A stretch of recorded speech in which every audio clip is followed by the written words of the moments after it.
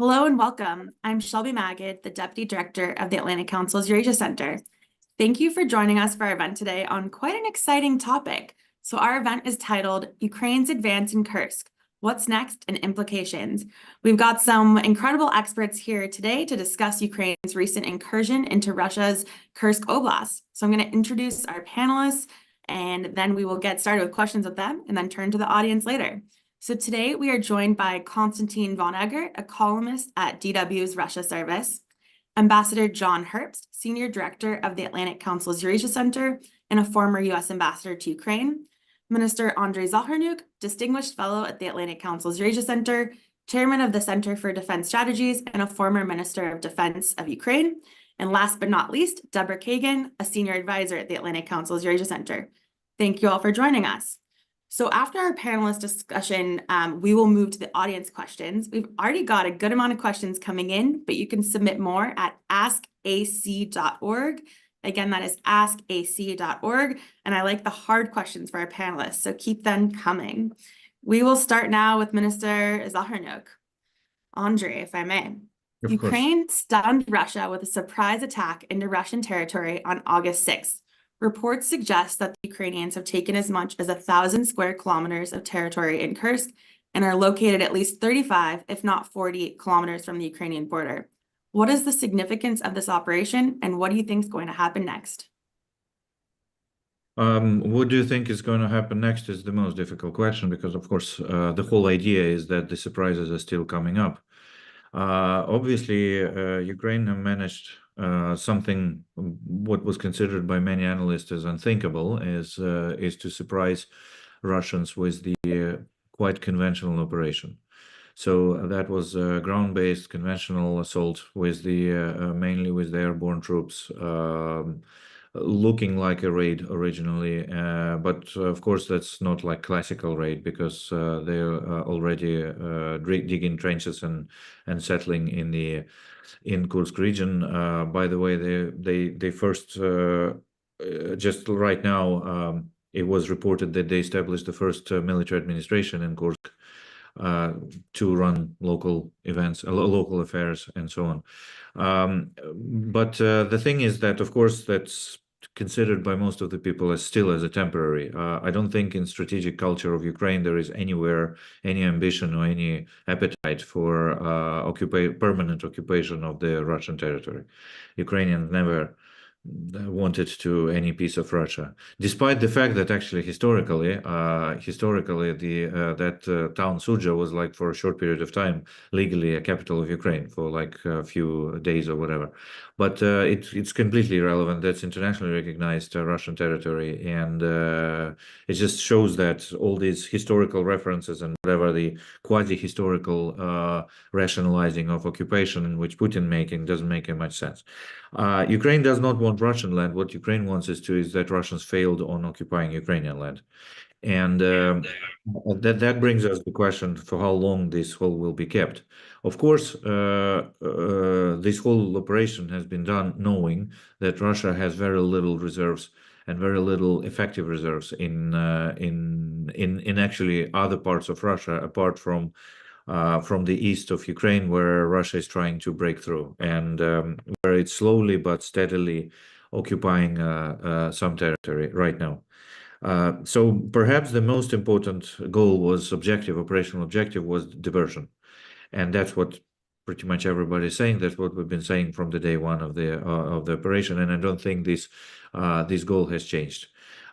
If that diversion is not happening, so for instance, if Russian generals decide not to divert the troops from Ukrainian fronts, then Ukraine will proceed further with the occupation. And of course, that occupation politically and operationally creates a massive problem for Russia, mainly politically.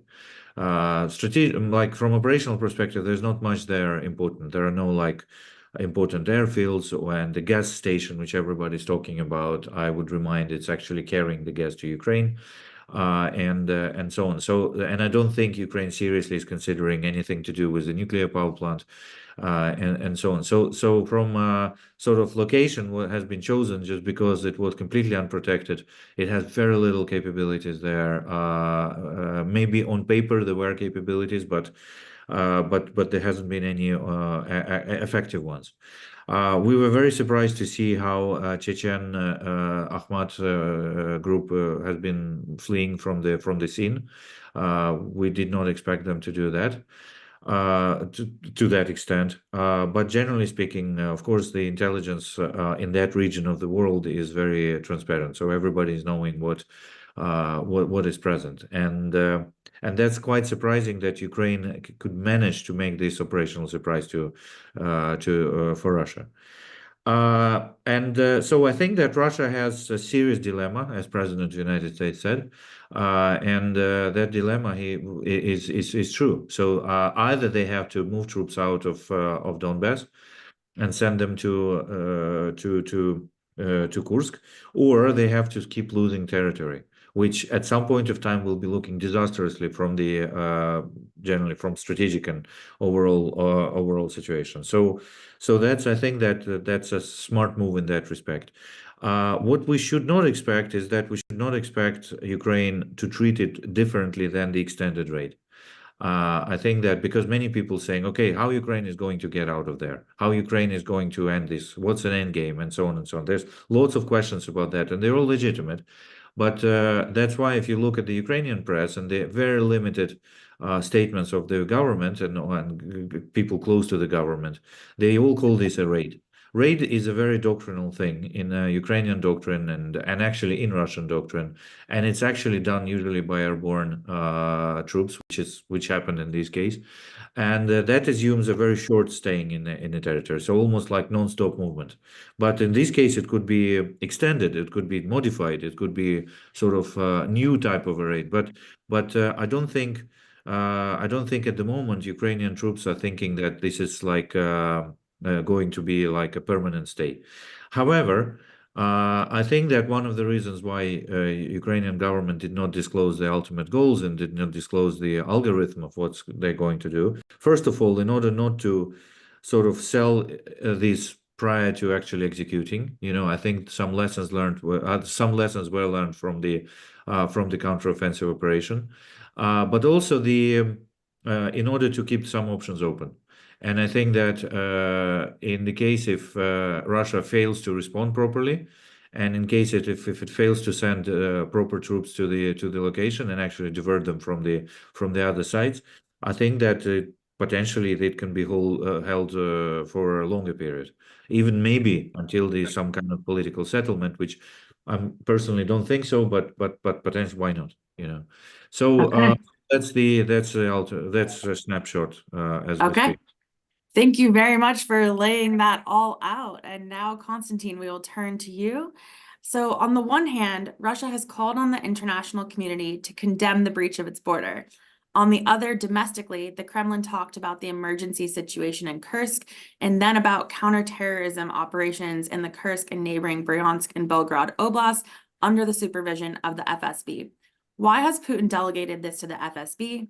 Why is he talking about a clear Ukrainian military response to Russia's aggression as a counterterrorism operation? Well, thanks a million for the invitation. I hope you hear me well. We can hear you. Yeah, very good, because my computer says my internet connection is not stable. But what I want to say is that more than anything, what stunned me as someone who basically watched Russian politics for most of my adult life is actually a sense of complete chaos. And I think even some hints of slight insubordination to Putin's command, let's put it like that. You're asking me why this is called an anti-terrorist operation and why the FSB is supposed to command it. But I would add, it doesn't command it as far as we know. The coordinator of this operation is Putin's former chief of personal security detail, Mr. Dumin. At least this is what the Russian media is reporting. And that means that essentially someone whose real time of service in the army is limited to 1 year after finishing the military school is now in charge of probably one of the most important military operations conducted under Putin. To me, this shows that not only it was completely unpredictable, and so Ukraine really achieved the surprise factor is 150%. But there's another thing, and that is that two conflicting trends in Russia are now coming together in this crisis. One is lack of professional military, professional commanders, and professional coordination between the civilians, the security services, or rather secret police, and the army. This creates this image of chaos, people really running away, and no one knows what they're supposed to do. There is not a lot of resistance.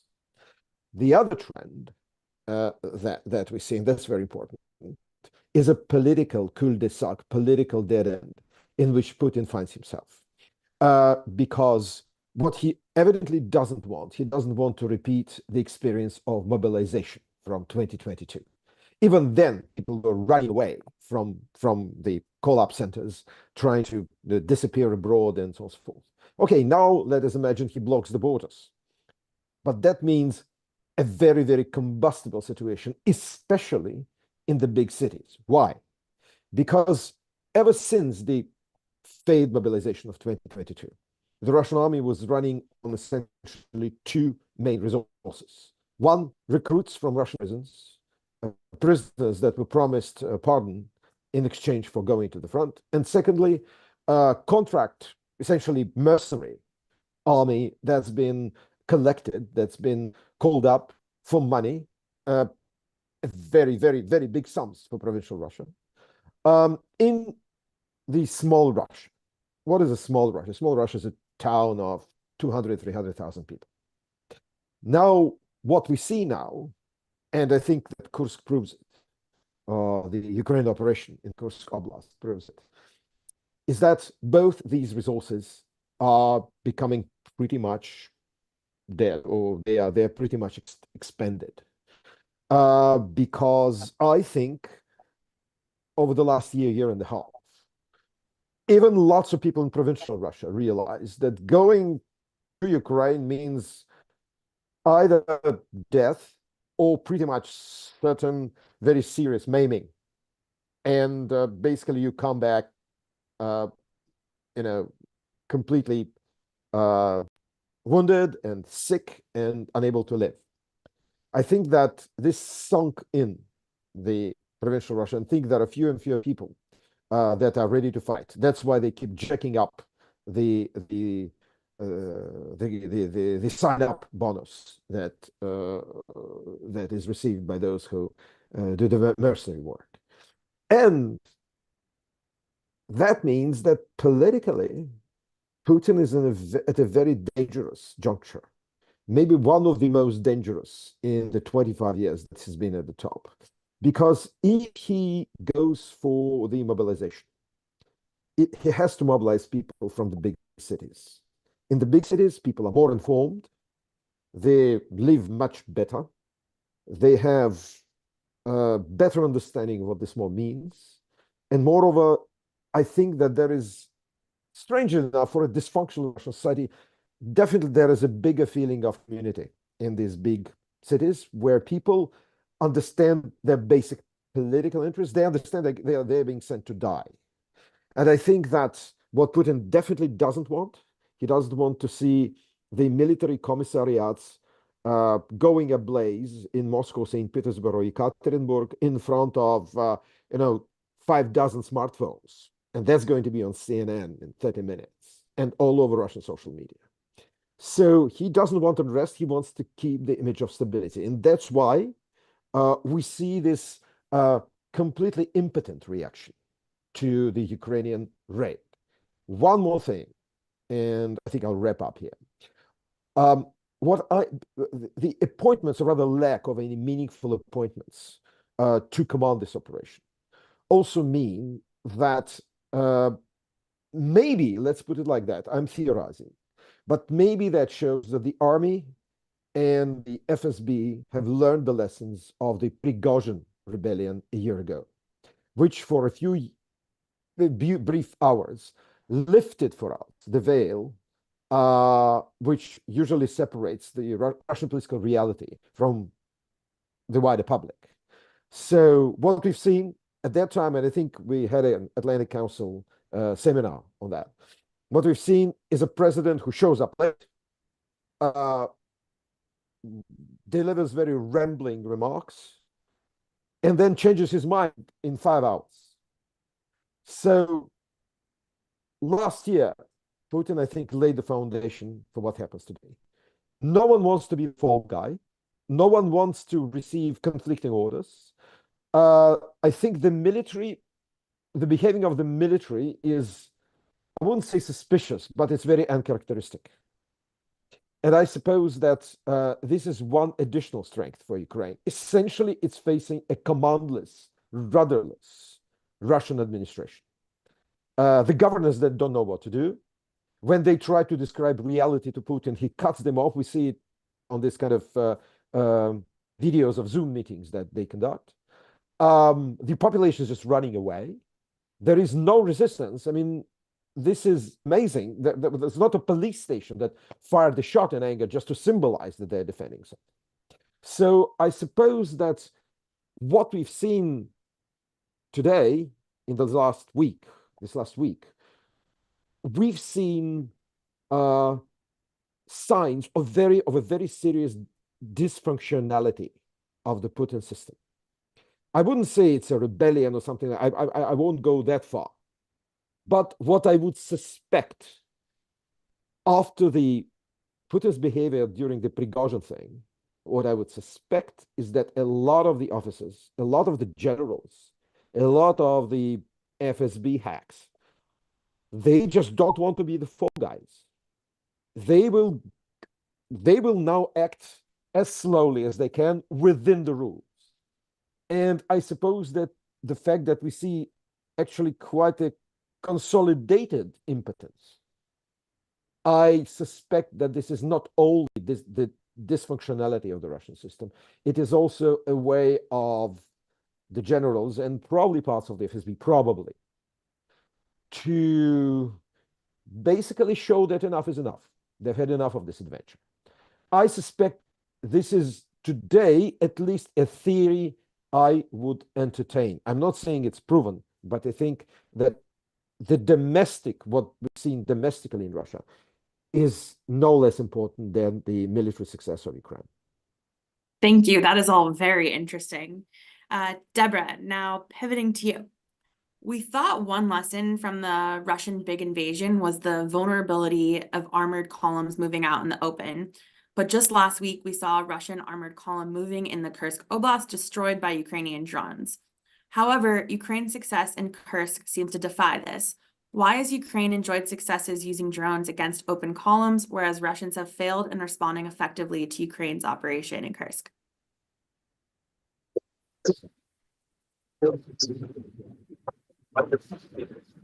You're breaking up a little bit. Let's try again. You hear us?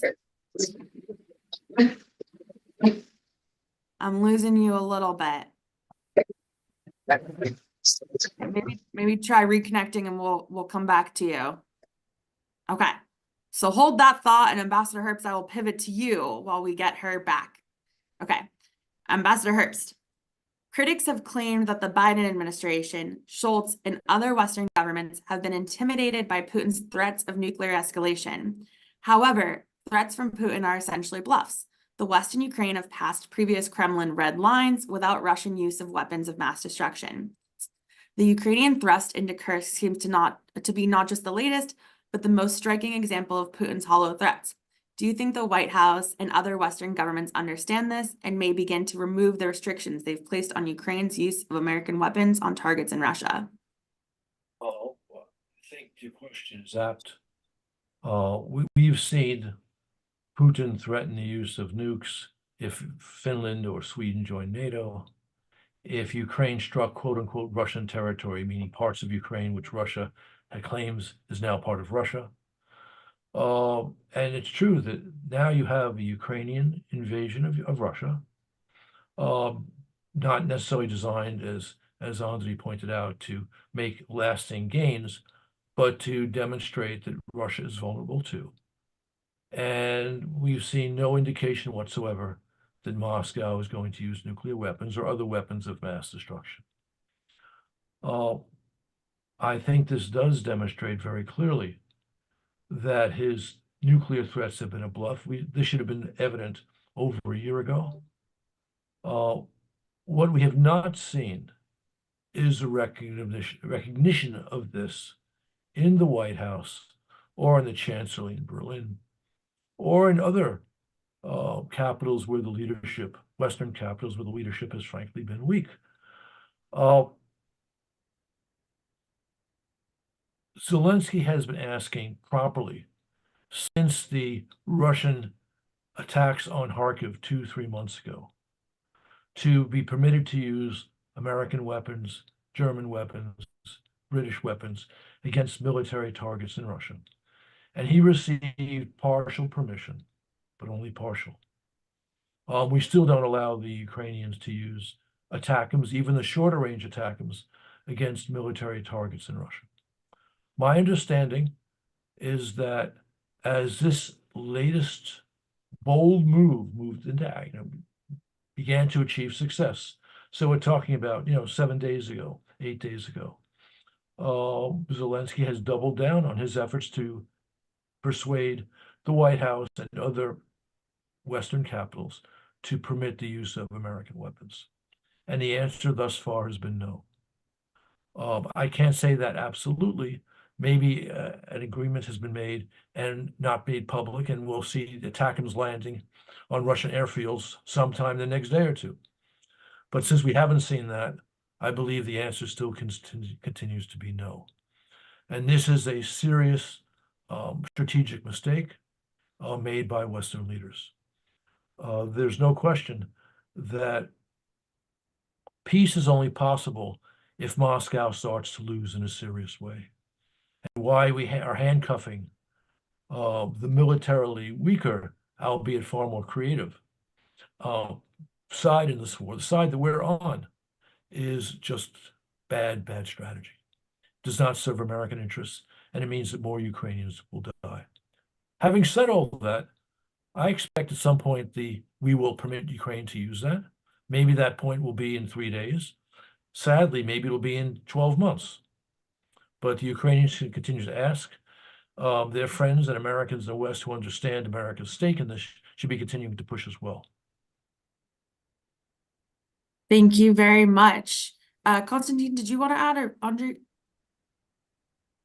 Yes, just one phrase actually to what John said. I think, Ambassador, you're completely right. I would add to that one thing. I think that maybe after everything that happened and after the sequence of empty threats that you described, and now Ukrainian forces taking down Russian flags in Russian villages from the local government buildings, I think that actually Putin maybe by now knows that if he presents his generals, because the protocols for using nuclear weapons are still Soviet, it means that there's going to be several meetings before they decide to. I'm sure that by now he understands if he presents this proposition to his people, he's probably going to get such a forceful no that he'll cease to be president in all but name. That's my suspicion. And I think this is why the nuclear option for Putin is off the table now, not only because of external circumstances, but also because of, I think, very dark for him now, internal circumstances. Thank you for adding that. All right, Deborah, welcome back. Let's try again. So why has Ukraine enjoyed successes using drones against open columns, whereas Russians have failed in responding effectively to Ukraine's operation in Kursk? Okay, so can you hear me now? Yes, thank you. Excellent.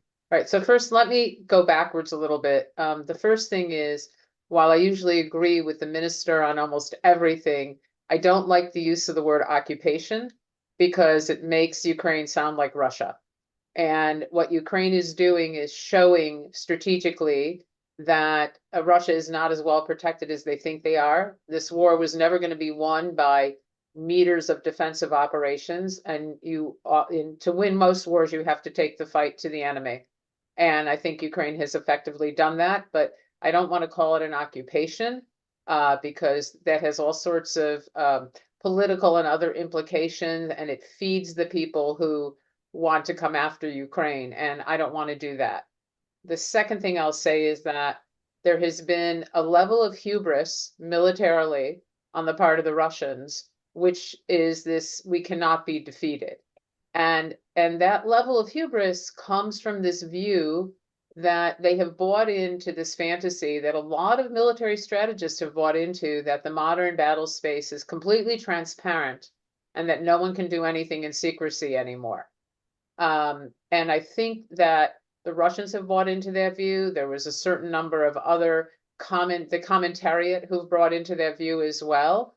And not everything is seen. And the Russian fell into what I call the other EW trap. There's the electronic warfare, which everyone is talking about, but the other EW trap is early warning. And neither NATO, in its inability to see incoming from Russian missiles that have gone astray, nor Russia has been very effective at its early warning of seeing what's going on in front of them. And I think that's a really important point. Drones or no drones, there is this view that the modern battle space now, no one can do anything in secret anymore. No one's capable of hiding anything. And if that were the case, 4 NATO countries would not have already been hit by Russian missiles. And they would have had some warning, which they did not before they hit. And Russia would have had some warning of what's going on, just on its own territory. And it shows that level of hubris that we are so invincible that no one would dare try this. And that now that the emperor has no clothes. And I think that's a really important point. In terms of saying that Russia's using these columns and they're getting destroyed, I think because Russia did not anticipate anything like this happening for a host of reasons, but also I think Russia still thinks Ukraine is not an independent sovereign nation that makes its own decisions. And as a result of that, Russia believes that the United States and the UK and France would never allow Ukraine to do this. Because in Russia's head, Ukraine needs permission in order to do everything it's doing. And they still think that there is this superpower control over Ukraine. And they've sort of missed this point from day one, that Ukraine's an independent sovereign nation that makes its own decisions. And that is quite separate from what John mentioned in terms of the ability to use certain weapons on Russia's territory. That is quite different. And I do think that in his head, and most of you are much better on domestic issues in Russia than I am, Putin actually believed that the United States and others would never allow this to happen. So it wasn't in their calculus at all. So to see this column get attacked is because they just weren't prepared for this. They didn't think this was going to happen. And again, that goes back to this kind of hubris. And then there's another piece to this that both Konstantin and Andrei referred to, but history is replete with military officials not telling their civilian commanders what's really going on, sort of deceiving them or not quite telling the whole truth. And there's, I mean, the most recent example I can think of was in Iraq, where Saddam Hussein really believed he had chemical and biological weapons. He really believed it because his people were telling him for years that he did, even though this system was decimated. So you're not going to tell Putin that everything we've done is, our own defenses, our territorial defense. One of the most vital things any leader should do for their nation is protecting their borders, is somehow a problem.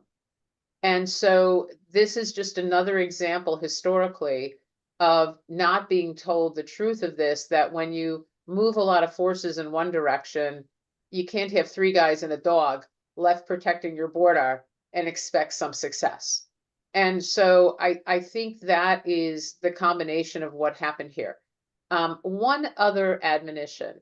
I would not conclude from this that somehow now the Russians have become less lethal, less dangerous, less effective militarily.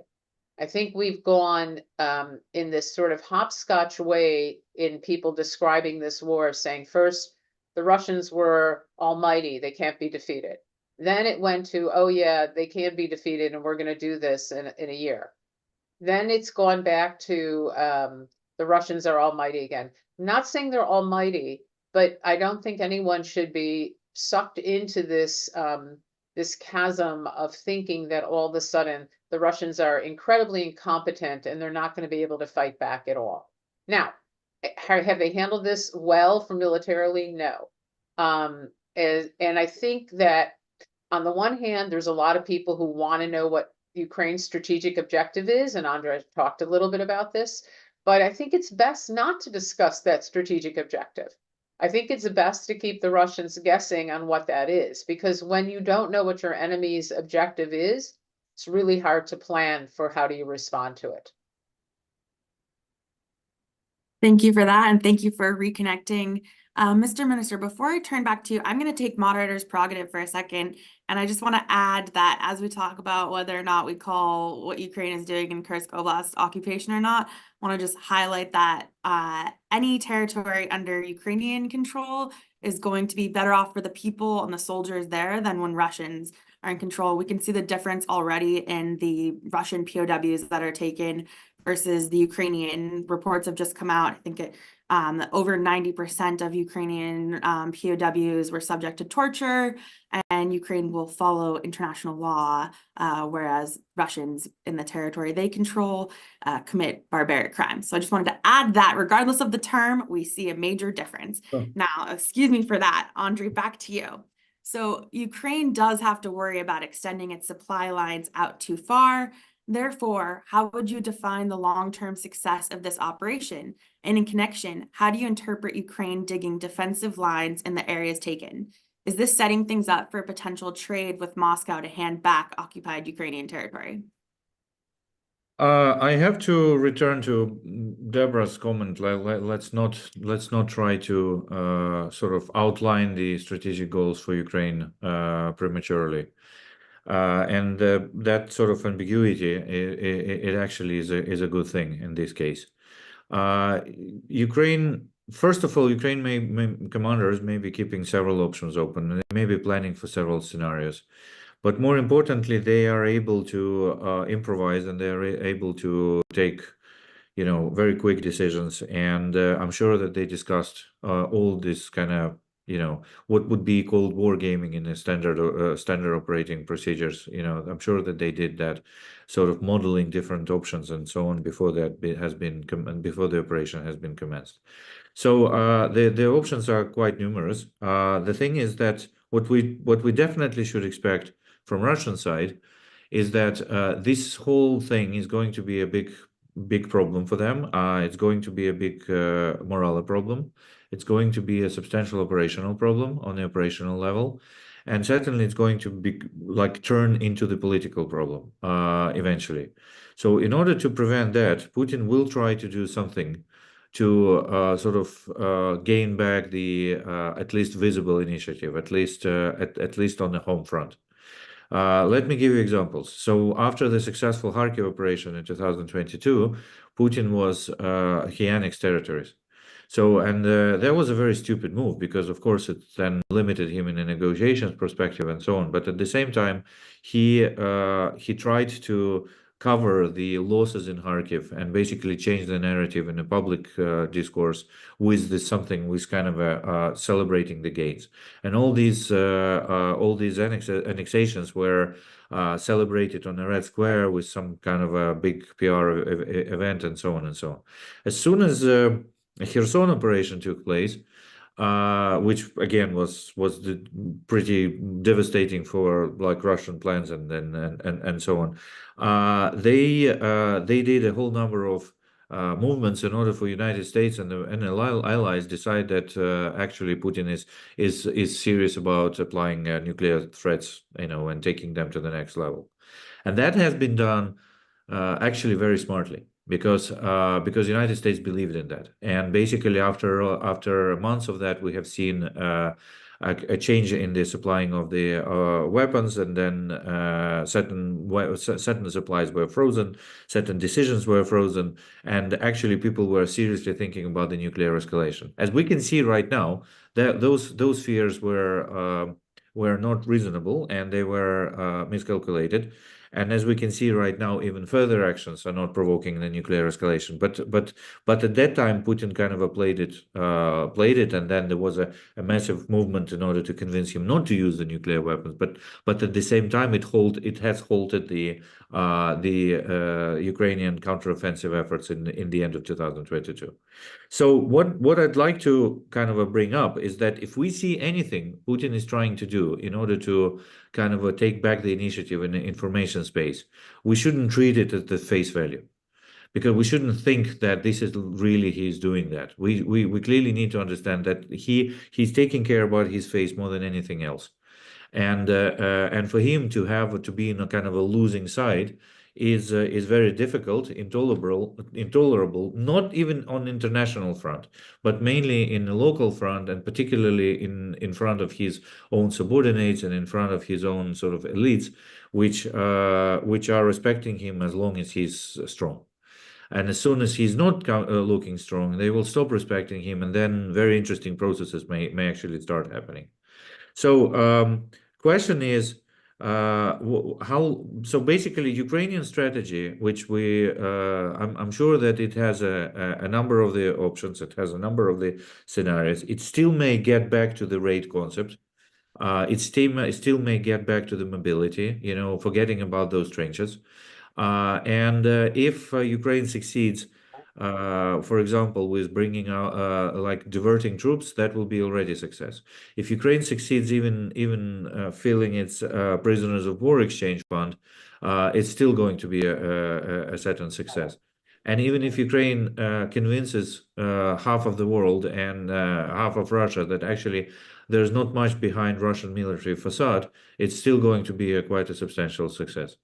But this whole thing is not an easy walk in the park. There are losses, there are activities, there are battles happening on a daily basis, and of course we will see development of that. So this whole story is just it's far from over. Thank you. Deborah, there are reports that as Ukraine is achieving this startling success, they're doubling down on requests to Washington, the UK, and other allies to permit them to use longer-range missiles against military targets in Russia. Why is this important for the Kursk operation, and do you think that this permission will ultimately be granted? Well, let me say that it's not just important for the Kursk operation, it's important for any operation. This is, I think there's a really fine line one can draw here. There is a legacy of President Biden here, and how he is seen by the rest of the world, and what his name's going to be associated with in the history books. And I think there is an opportunity here for this administration to say, we helped Ukraine, we helped save the world, the liberal world order, by giving Ukraine what it needed to do to defeat Russia. And if you make it out in those stark terms, I think it becomes less of an issue of, oh my goodness, we better not give them this because they might strike the Kremlin. We better not give them this, they might do something else. I think it's important that as we sit back here in the United States, that we don't sit and articulate for Ukraine what their strategic objectives and what their targets should be. I think they're on the ground. They have to make these decisions. And those decisions include being able to use weapons that have been provided to them by the West for one reason, not because of this great love of Ukraine, but because they understand implicitly that this is a battle for who wins? Who wins? Is it going to be China? Is it going to be Russia? Is it going to be North Korea? Is it going to be Iran? Or is it going to be the United States and the West? Who wins this? And Ukraine is on the front lines of with blood and treasure of deciding who wins this. So I believe that if the leaders of the UK, of France, of the United States understand that implicitly, that they will say, you know what, use what you have to do to defeat these blankety blanks once and for all. And then the rest of us can look toward a future that we're not tripping over ourselves, worrying about the next threat that comes. And I think that is what should go into the decision making. And I think, unfortunately, the decision making on the use of these has been like fits and starts of, with tactical considerations, not with a strategic vision. And I believe that President Biden, in his remaining time in office, has the wherewithal and intellect to understand what this means historically for the future here. And if you can be seen as the person who helped defeat Vladimir Putin, then you're also defeating Xi Jinping and Kim Jong-un and the Ayatollah as well, and making them understand that you don't do this and get away with it. And so do I think they're going to change their mind? I certainly hope so. I think Ukraine, this nonsense of, oh, they're going to like go hit the onion domes, whereas I might have no problem with that. I know other people do. And I said that to make John smile. But the point is that let's let them use the weapons they have been provided to the success they need to achieve. Let's not try to nickel and dime them on what those strategic targets ought to be, and what they need to take out and do that. And that's really going back to what I said earlier. I don't like the word occupation because it makes it sound that the goals are similar to Russia's goals, not similar to the goals of a country that believes its territorial integrity is sacrosanct. And so, yes, that's my longish answer to your question. Okay, thank you very much. We have two more questions for the panel, and I'm going to ask you to be brief because we have a lot of interesting questions coming in at askac.org. We can still take more though. So gentlemen, please keep these answers short. Constantine, we touched on this earlier, but returning here, as you know, and as you mentioned, there's been concern for years that Moscow might move towards conscription. Putin has been reluctant to do so because he knows most Russians are not interested in fighting in the war. Last week, Putin loyalist oligarch Oleg Deripaska called for an end to this insane war. Do you think this is an isolated call, or do you think this is the beginning of new domestic political problems for Putin resulting from Ukraine's success in Kursk? In brief. Well, in brief, first of all, I want to say that my connection is not very good. If I disappear, that's life. Secondly, concerning occupation, Deborah, I was looking at Russian Telegram channels while we were going on, and Ukraine just set up the first military commandant's office in the first, let's say, liberated territory of Russia. So that moves towards something at least more organized, if not permanent. And coming back to a question, I think that definitely there are not many resources, not only for, you can conscript more people, that's possible. But first of all, we already know they are bad fighters. They were supposed to fight in Kursk Oblast, and there was not much of a war that they kind of presented to the Ukrainians. I think that it will be politically quite risky. Moreover, it will be fairly useless because after this 2.5 years, there are not a lot of resources to teach these people how to fight. And that I'm telling you as someone who served in the army myself for 3 years. So it's going, yeah, you can get a lot of, pardon the expression, meat fodder, but it's not going to be very effective on the battlefield.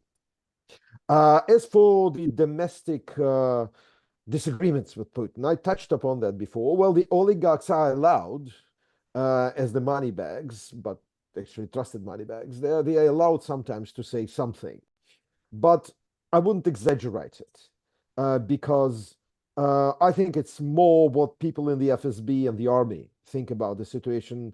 That is more important. The oligarchs' power is overblown. They actually, I don't think they have any power at all. And I suppose that what we, though, can suspect is that Deripaska felt that there are trends like that among people wearing uniforms. And he allowed himself to say it. And what I do know, I'm not going to go into too many details, that a lot of these people, even those living abroad, maintain trusted contacts in the secret police and in the army. And I suppose that they get some information from them about what's going on. So I think I'm back to my first remarks, is that definitely the Ukrainian raid provoked, or probably even made come alive, a lot of stuff that's been piling up in Russia during this 2.5 really sort of insane years of war. Thank you very much. Ambassador Herbst, final question over to you. Before the Ukrainian incursion, there was growing talk about the need for either a ceasefire or for broader peace negotiations, all with the assumption of Russia retaining control, at least temporarily, of significant Ukrainian land.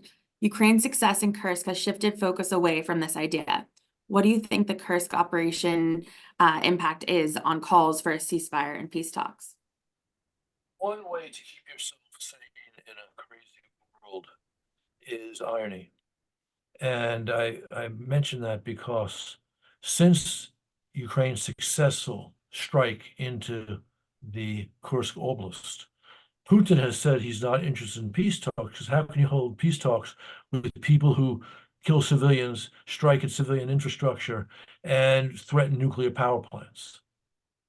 So exactly what Moscow has been doing since February of 2022, he's complaining about in Ukraine's actions, which of course are not those actions. Look, there have been many pieces of success or aspects of success with this incursion into Russia. One of them has been to knock the talk of peace talks off the front page of newspapers around the world. People are focusing on what Ukraine is doing and what yet they can do. And I think that's very important, because we know that Putin's discussion of potential peace talks was all in bad faith. It required major Ukrainian concessions for a truce. And now Ukraine has picked up some bargaining chips. And again, has refocused world attention on the weakness of Russia, as opposed for the inevitable need for Ukraine to surrender to Putin's demands. And that's a real plus.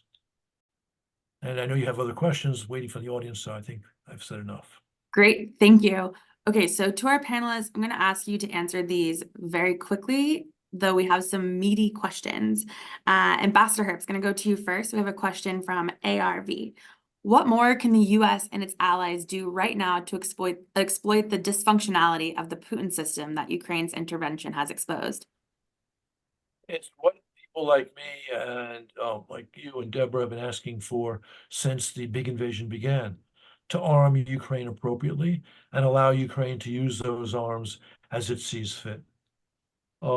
We have been needle dropping weapons into Ukraine since the big invasion began.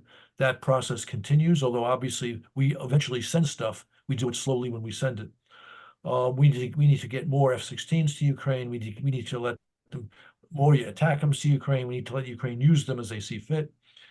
And we also have to begin planning. This is a very delicate political question for how we can pass the next aid package for Ukraine. And part of that goes to Joe Biden's legacy, which Deborah was talking about earlier. Great.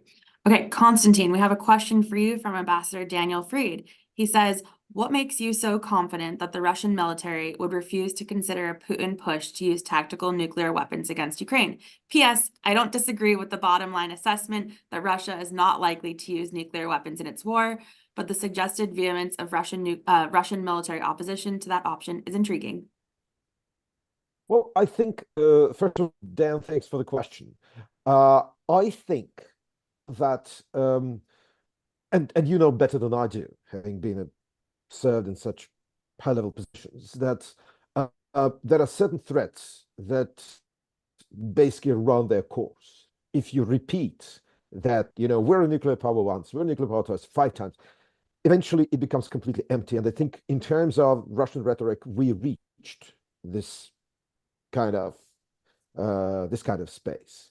Secondly, I do think that gradually this war, for which the military, and I'm no fan of the Soviet cum Russian military, has run such a course and put such a burden on the officer corps and on the generals that they probably by now actually disagree vehemently with whatever Putin proposes. And I think he just keeps pushing them back. That's what we see politically and basically what we see on the battlefield. He's trying to push them forward as much as they can. I don't think they can. So they know it. And I suppose that if we see these kind of limits in completely conventional warfare, I cannot imagine that when they come to Putin, when Putin calls them and says, you know, by the way, I think I'm going to, you know, blow up a tactical device. Well, you know better than I do. The device is tactical only in its size. The use of any device is a strategic decision, which changes a lot. I do not believe that in its current state, these people will agree, even if this strike is successful, probably to live for the rest of their lives in bunkers and on canned meat, because I think that's what's going to be the response. I also think, and that is my suspicion now, I don't know it, that as early as 2022, Boris Johnson publicly, and I think Bill Burns probably in his style, let's put it like that, delivered the warning to Putin that he shouldn't do it. And I'm sure that he read this warning, and I'm sure that his entourage did. I'm absolutely certain that's one thing of which I'm completely certain. They are not going to use nukes. Okay, thank you. And Ambassador Fried, thank you for the question. Minister Zakharnyuk, a question for you from Andrei Haydash. Do you think Ukraine's Kursk operation is a piece of a bigger offensive operation? It doesn't look like that right now, but for sure it may be it will pave the road to the other operations of that type, at least for this moment. We generally know that Ukraine constantly looks at the operational concepts, and they are looking at the ways how to asymmetrically win the war. I mean, Ukraine means like armed forces, Ministry of Defense, and other defense forces, and so on. So certainly, Ukraine is not going to be successful if it does everything, you know, in a predictable manner, and very much like Russia is doing, is just on a smaller scale. And we see that there is a massive push from all levels of leadership in order to do something different, to be outside of the box. So I think there's more surprises coming to Russia in one way or the other. Okay, you heard it here. Deborah, we have a question from Peter Benfield, co-chair of the North Hill Forum. Has the Ukraine attack reached the Kursk nuclear power plant west of Kursk yet? And is that a logical objective? Are there nuclear power plants east of Kursk also objectives? I think that it would be imprudent for me to respond to that because I'm not on the ground. I'm not seeing what happened. No one's giving me video in my feed every morning to respond to that. I will say that I do not think Ukrainian forces are as irresponsible as Russian forces. I will say that that from my perspective, Ukraine has no intention to deliver pain and suffering on civilians in Russia, the way Russia has done it in Ukraine. It's not how Ukraine operates. It's not how civilized countries operate. And I think Ukraine is a civilized country and they don't behave that way. So my quick answer to that question is no, their intent is not to make civilians suffer. It's to make Putin suffer and his forces suffer and understand that they have to stop this folly of thinking they can take over the world. Great, thank you. All right, the last question, and whoever wants to jump in here can do so. This is from Tom. This strike into Kursk was preceded by several other strikes undertaken by dissident Russian forces. Do you think that such dissident forces, who claim to have followers in Russia, could be activated to broaden the military campaign in Kursk and in neighboring oblasts? Potentially, yeah. Potentially it could be, and we still have lots of the Russian citizens fighting for Ukraine. We have Belarus citizens bravely fighting for Ukraine. We have those capabilities available to Ukraine, and yeah, I mean, I'm sure we'll see them doing some effective operations in the future. Where That's- let it be a big surprise to Russians again. Let Okay. the Kalinovsky regiment march on Minsk. That's going to be a big surprise. Ambassador Herbst, you want to add anything there? I don't have my sensors on the ground, but I would say if in fact what Andrei said were to happen, especially in conjunction with Ukrainian forces in Kursk and Bryansk and Belgorod, the political impact in Russia could be substantial. Okay. Thank you. Thank you to our panelists. This has been a very interesting discussion. I think we will have more to talk about in the future. So stay tuned to everyone watching our events. We will have more, and to our panelists, we'll come back to ask you for your expertise in the future. Thanks everyone very much, and have a good Yeah. rest of your day. Yeah, bye. Thanks.